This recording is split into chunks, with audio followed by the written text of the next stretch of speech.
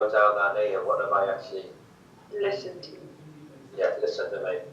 I'd like your attention, please, God. Then we've got personification, where you get characteristics of a human being to a lifeless object. For example, not the best example of this one, but an example nevertheless. All my bones shall say, Lord, who was like unto thee. Your bones don't actually speak, but the example there is that your bones are implying, I praise you from the inner bone spirit. From demon's side, there's a deep praise there. There's some better examples on the scene as well. Some other ones here. Often, in English, we'll think of poetry in terms of rhyme. Even in English, we know that poetry doesn't have to rhyme. Lyrics to songs don't have to rhyme. Sometimes they do. One of my favourite poets. I'm now a primary teacher. One of my favourite poets is a guy called Michael Rosen, who you might have read. And he writes about various things from his childhood and when he was a parent and all that sort of thing. And one of my favourite poems I read to kids is called Chocolate Cake. And there's not a rhyming word in there, but it's just his experience of a child sneaking down to get a piece of chocolate cake in the middle of the night when his mum and dad were in bed. It's poetry because it doesn't use rhyme, but it uses other techniques. But in Hebrew poetry, they normally rhymed an idea rather than a word. Right. So it's a strange sort of concept, the rhymed idea rather than a word. So we're going to have a look at 5 different types of rhyming of ideas. So the first one is what we call synonymous, where the thought of the first line is restated in the second line. For example, the heavens declare the glory of God. That's your first line. And the firmament showeth his handiwork. Basically, it was said the same thing, just in different words. So the idea of a synonym in a word that means as rhyming. Yeah. So you see what I'm saying there. Now the next one is called emblematic. The first line uses a word picture to illustrate the thought stated in the second line. So in other words, first line gives you the picture, and the second line gives you the sort of idea. Okay. But here's a famous one. As the heart panteth after the water brooks, so panteth my soul after thee, O Lord. So the basic idea is that we seek after God, but it's painted the picture in your head first. Yeah, you got that? Third idea here is synthetic, where the second line adds to the thought of the first line in order to complete it. It sort of puts a little twist on the end, in other words, So you've got another famous one, the Lord is my shepherd, I shall not want. So it's added a little thought on to that first one. Fourth one is anthetic. The thought expressed in the first line is contrasted with the thought of the second line. So there's a contrast there. Psalm 1:6, for the Lord knoweth the way of the righteous, but the way of the ungodly shall perish. So it's giving you the contrast there. Yeah. And the last idea here of rhyming in Hebrew poetry is climactic, which is the thought of the second line expands and reinforces the idea of the first line. So give unto the Lord, O ye mighty, give unto the Lord glory and strength. The first one, give, O ye mighty, it's talking about glory and strength, so it builds on that. Right, okay. Apart from David, any idea who else wrote any songs? Really? Unless I'm cheating, I don't. You could. The wonders of modern technology and all of that. Probably no. I just know David off the top of my head. To be honest, I probably wouldn't go either. Right, okay, out of the 150 Psalms, how many do you reckon David wrote? No. Third. Give me a number. 90. 90, not bad. Number's actually 73. Okay, 53. 73. Who else do you reckon might have wrote some songs?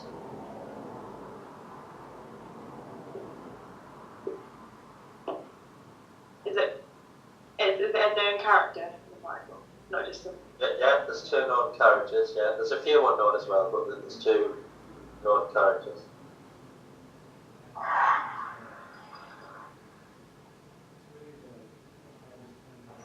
I've just tried to send that again, and it looks like it's gone now, so hopefully we get that. Moses? Okay then, what about links to David? Links to David? Yeah. Jonathan? No, I didn't write any.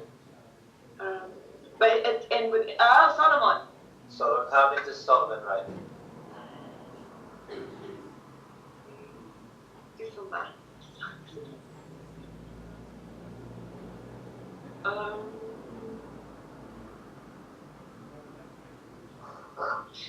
Seven left. 30? Give me a number. 30. The answer is 2. Oh. Oh, rubbish. He was more of a Proverbs writer, wasn't he? Another, some strange one here. David wrote 73. Yeah. The guy called Asaph wrote 12. The sons of Korah. This should be on your handout, and hopefully you'll get it. Sons of Korah wrote 11. Solomon 2. Moses wrote 1, which is interesting, I think. And a guy called Ethan wrote 1.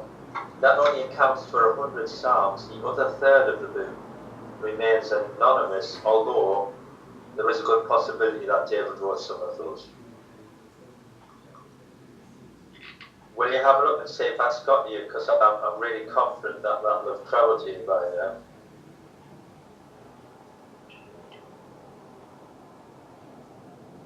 Might be in your junk, since software might be. It looks promising. Good.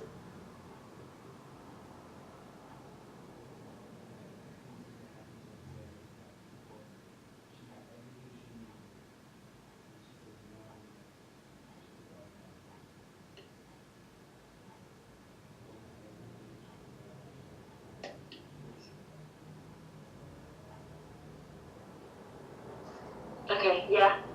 Good. Yeah. Right, so if you wanna try and find where we're up to then. Which one? We've just done, we went through quite a few, we've just done authors of song. Authors where it's spelled incorrectly, okay. that didn't create this. But yeah, it's the book. Have you got the next sheet after that then? 3 phases of David's reign, is that right? Well, that's proof that you've got it. So 3 phases here. Because remember we're talking about David the man, I know we're talking about Psalms, but we're looking at the author here as well. So his triumphs in 2 Samuel 1 to 9, his rise, then his troubles, his fall, mostly troubles with relationships really, his family, as a parent, all of that. And then, his weaknesses, lusting after Bathsheba, all of that. Then David's testimony, his restoration. But 3 phases there. Now I know you've got a handout, so I don't need to give you time to write it down and all of that. You should now have an in-depth list and explanation of the different writers of Psalms. Yeah. So, you can read these in your own time. I'll just sort of whiz through. So we've got the Sons of Korah. This is a family of singers who are prominent in the temple worship. So you can read that. So it's all to do with worship in the temple. Asaph is the son of the guy there. His family is appointed by David to be over the service of song. They're also appointed by Solomon to take part in the temple services. So appointed singing. you've got Herman or He-Man, or whichever way you pronounce him, son of Joel, grandson of Samuel, Levite family of Korah. He's a singer or the musician. He's one of the 3 chief Levite singers to be appointed to conduct the vocal and instrumental music in the temple. So it's very organised, because it's in the temple, not necessarily Ethan it talks about, Solomon, and Moses talks about so all of the ones who contributed are there. Yeah. I'm whizzing through now. This one I'll leave you to read. I don't want to go through it now. Yeah. Just checking. Yeah, so the types, I'm reading on my phone here, it's really tiny. Types, 6 major types of song, songs of degrees, sung by the people as they made the journey to the temple at various times. You've got the penitential song, basically when he's sorry, when he's done wrong, which the times. You've got some handwritten stuff, that's mine on the back, don't get too caught up with all of that, but when I do about the back that comes up thing.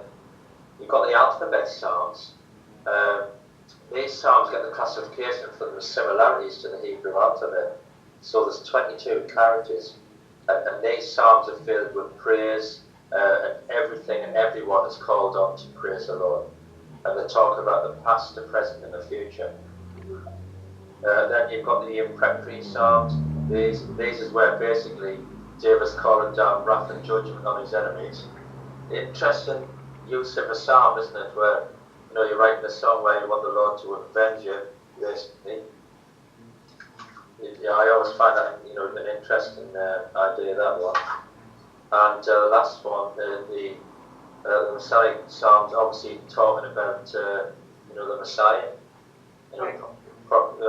prophetic psalms. You've also got a little handout about these psalms about the Messiah, how they're divided into 2 areas. One area is the suffering Messiah, and the second area is sort of talks about different suffering there. There are differences between David's life and that of Jesus, so it sort of parallels that. And the other category there is the reigning Messiah, when he's going to reign. So that's prophetic even for us as well. Yeah. So it's interesting that even the prophecies are in different levels of time. Now, this idea that the psalm, where the psalmist wants judgment on his enemies, I don't know whether I'm comfortable with it. Got a little bit running there. Well, what's your initial thoughts? Should the psalms pronounce judgment?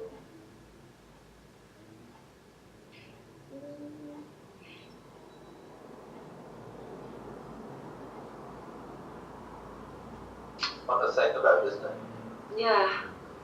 That's a tough one, isn't it? Should the psalms pronounce judgment? Because that's when he makes it into a song, he's pronouncing it, isn't it? Yeah. It's not just his standard thought, and if he gets them to, to sing it in the temple and all that as well. I mean, again, if you can read these notes in your own time, it'd be grateful. That's what they're there for. Obviously, vengeance is the order of the day in the Old Testament. But in that, there's no personal vindictiveness. It's like his wrath against a group or a class or community. Mm-hmm. And the enemies of David are always the enemies of God.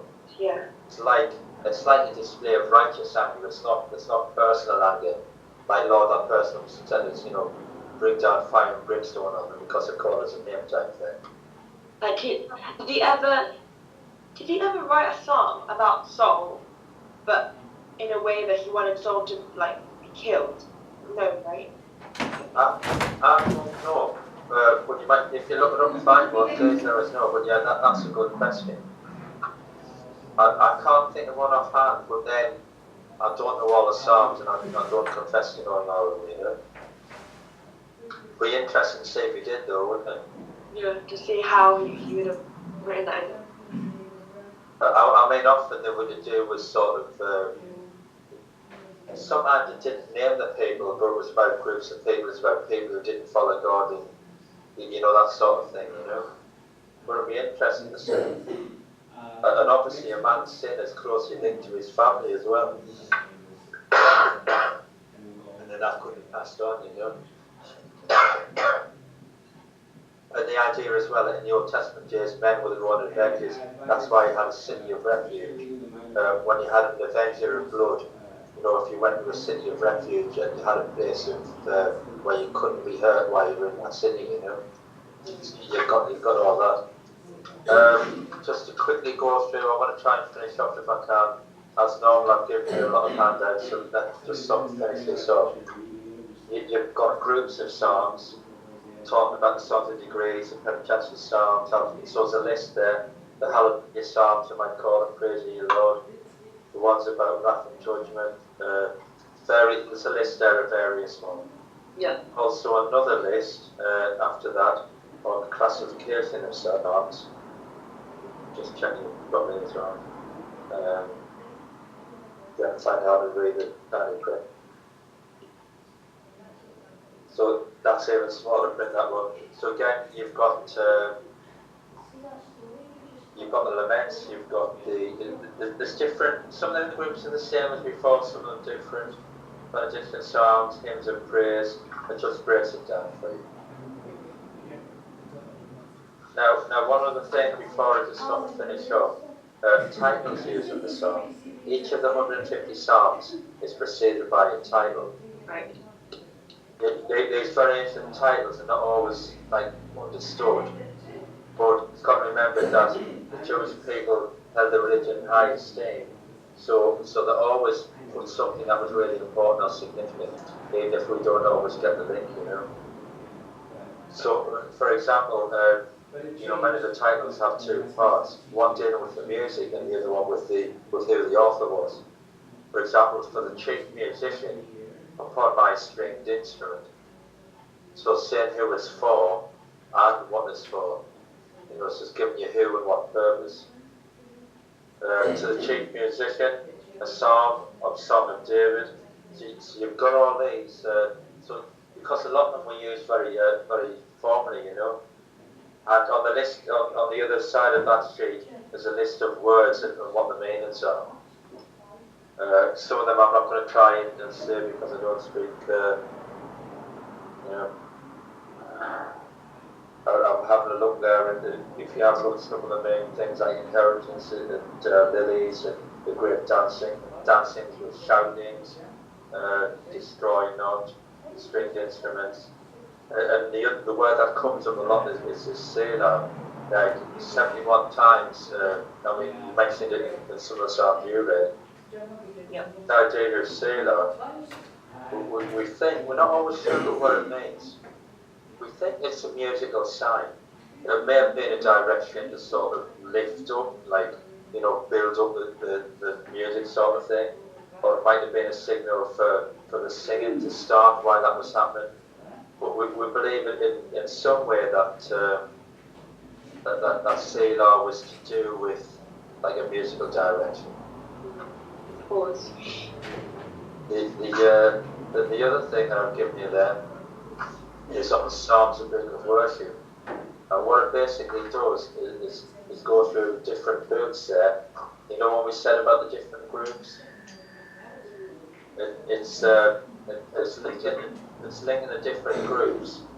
And what it does is gives you the divine name, the name that comes up in that group. For example, Book 1, the name that comes up most is Jehovah, whereas in the second group, the name that comes up most is God. Third group name comes up is still God. But then, so you've got different things coming through there, you've got different dominant thoughts coming through. First is that God and Jehovah, the help of his people. Second one is worshipping Jehovah as a wonder working God. So you get sort of different things there. I've given you another sheet, Tony gave me loads of handout. I've got a whole lot of sheets which goes through every psalm from 1 to 150 and tells you what the theme is. So again, not going to read that, that's for you. And then there's another bit that I've given you at the end of Jesus has got eternal prophecies of Old Testament psalms. 90 prophecies, been excited there. 90 prophecies fulfilled in Jesus Christ in his church was from the Psalms. So I've given you quite a lot to read there. I've whizzed through an awful lot, but I wanted to finish on time, and I'm just about there. Right, is it Samantha or Sam? What Sam. Sam. I thought it was. Any questions, Sam? Not at the moment, but I found the links about about the Pentateuch and the the block of Psalms really interesting. I've never heard that before. That's really, I've never heard that before. I started sort of sitting here and teaching it, it's really good, isn't it? Right, you've got my email now, so, any correspondence, if you've got any questions, anything, just give me a buzz. I'm on social media and things as well if you need the time. I won't be here next month though because it's our church anniversary that's being held on the Saturday. Right, okay. Is it you want me to? If you want handouts, send me an email or something, and I'll make sure that you get them. Okay. And then you can have a read. Okay. Okay. And I'll send you my essay. God bless you, and I'll see you soon. Okay. Bye.